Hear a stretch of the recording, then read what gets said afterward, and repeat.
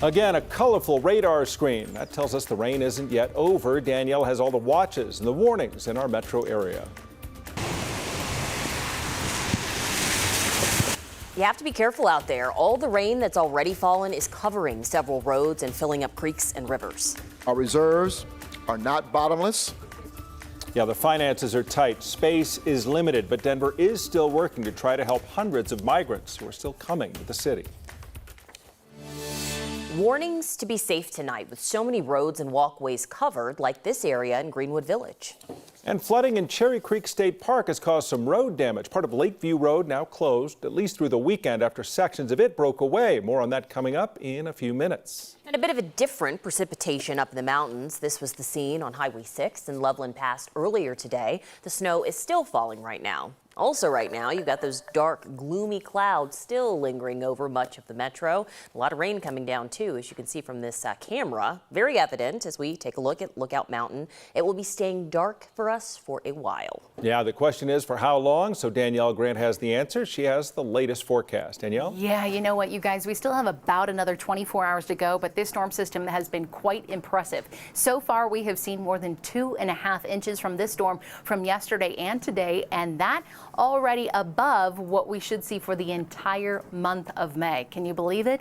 As we look out there right now across downtown, we are going to be dealing with flood watches for really the next couple of hours. This is going to continue through tonight just because we have such excessive rainfall out there. This is our Lookout Mountain camera where we have the raindrops out there, the snowfall coming through up in the high country. It looks like the roads, however, still just wet. Our area of low pressure is sitting and spinning across southeastern Colorado, and that is allowing all of that moisture to stream in from the Gulf. And we've had quite the light show around Kansas, Nebraska, and around Holyoke, Yuma, and Ray, looking at incredibly heavy rain. The rainfall continues for the I-25 corridor. This is fantastic, just really good wetting rains. The snowfall, we're looking at a brief lull right now up in the mountains, but more moves in late tonight into tomorrow. Futurecast right now still looking at the heaviest rainfall rolling back in here to the city by about 10-11 p.m. and it sticks with us some really nice sleeping weather through early tomorrow morning. So again, we'll still keep a close eye out there overnight for seeing potentially a rumble of thunder, a little lightning too, and then the mountains, they are just getting hammered. We'll talk about the winter storm warnings and then of course a look ahead toward Mother's Day weekend. Will the sunshine finally be back out by then? I have those answers in about 10 minutes. Yeah, some areas have seen 30 hours of this stuff, but amazingly enough, no flash flood warnings in our area despite the 2 to 4 inches that have fallen across the Front Range. Meteorologist Corey Reppenhagen live again at Confluence Park in Denver. Confluence Park earning its name today, Corey. It really is. The river's really flowing hard out here today. And you know that the reason why we haven't had those flash flood warnings yet is because this is actually not considered heavy rain. It's been falling at about 1/10 of an inch to 1/4 of an inch per hour. We get concerned when it gets up to closer to about a 1 inch per hour. So 2 to 4 inches in 36 hours is actually not considered heavy rain, but the amount of rain is very significant and that is having a big impact out here.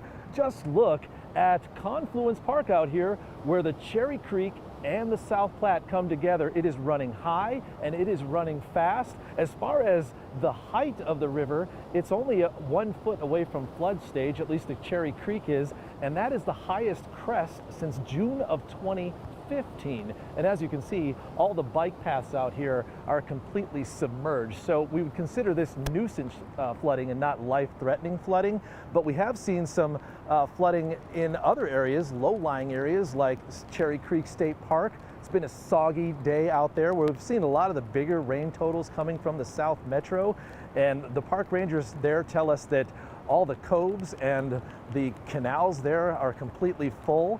And of course, there is even enough water overflow to cause some road damage there in the park. And all that water at Cherry Creek Reservoir will end up in downtown Denver at Confluence Park. We've also seen a different kind of nuisance flooding, some street flooding.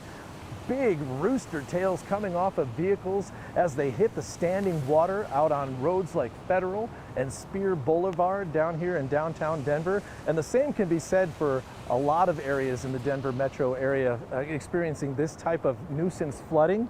But, you know, back out here at Confluence Park, where it is a dramatic scene, no doubt about that. But This is the type of flooding that is not considered life-threatening flooding, just nuisance flooding. But we will continue to monitor this because we're not done. As Danielle just mentioned, we go with the flash, or not the flash flood watch, but the flood watch until 6 a.m. tomorrow morning.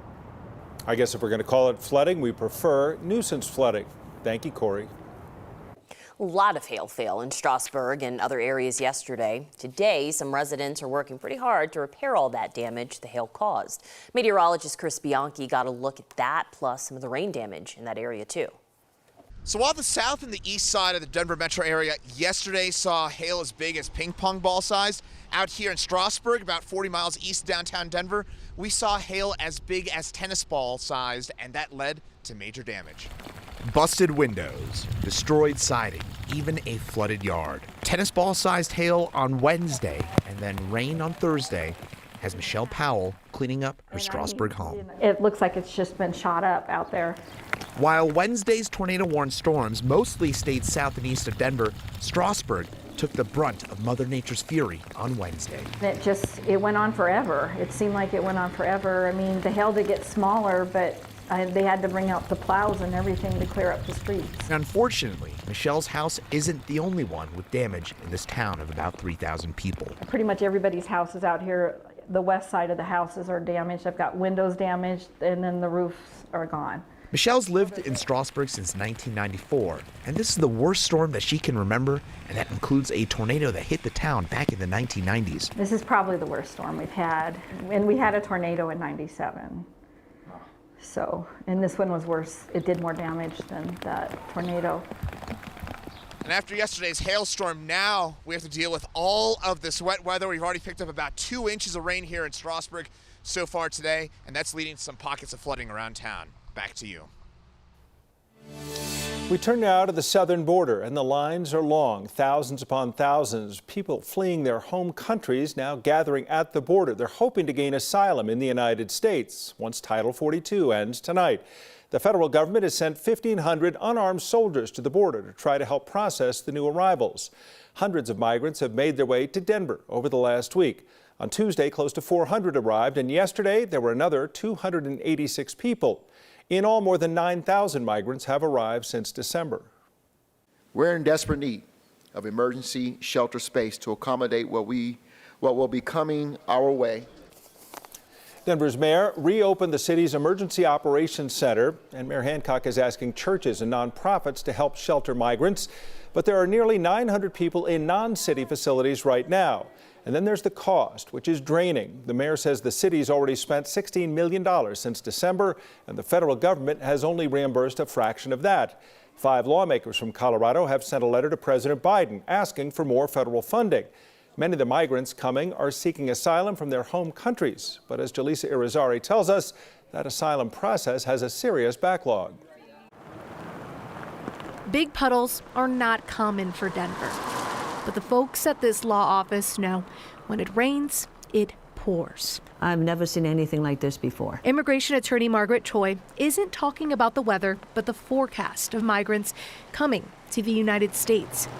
Title 42 expires today. The Department of Homeland Security expects 10,000 migrants per day will try to cross into the United States seeking asylum. And Choi says That's correct. It may be a while until they get it. I don't know the whole system is going to collapse. I do hope that there is some way that we can deal with this. A very, very urgent matter. There are 2 different ways to seek asylum. The affirmative asylum process is for people not in removal proceedings and are coming forward on their own.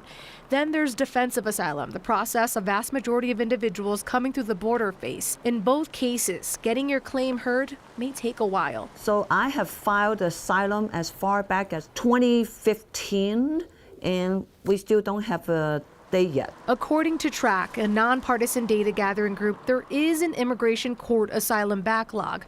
The average time someone in the U.S. is waiting for their asylum hearing is about 4 years. In Colorado specifically, it's a little shorter. It's about 3 years. In the meantime, they can work. Once we file the asylum, they have to wait 5 months, 150 days. Then they can apply for the work permit. It may be years until these asylum seekers really know if they can stay in the States. And as they wait for their case to be heard, fear floods them. every day is a torture to them because they're facing uncertainty. About 1,000 asylum officers are being sent to immigration detention facilities to help screen asylum requests. Choi says when she started practicing 30 years ago, the wait to seek asylum from the border took about a year or so. So definitely a big difference, Tom. And maybe that backlog, that jam isn't even being felt yet, and it's full. Exactly. It's something they've been dealing with for a long time now. So this is just adding to that pile. All right, Jaleesa, thank you. More answers tonight to what led to a mass shooting at a Denver apartment complex. Well, the captain of the Avs just had surgery, but he's sharing a public update today. I'll tell you what Gabe Landeskog had to say later in sports.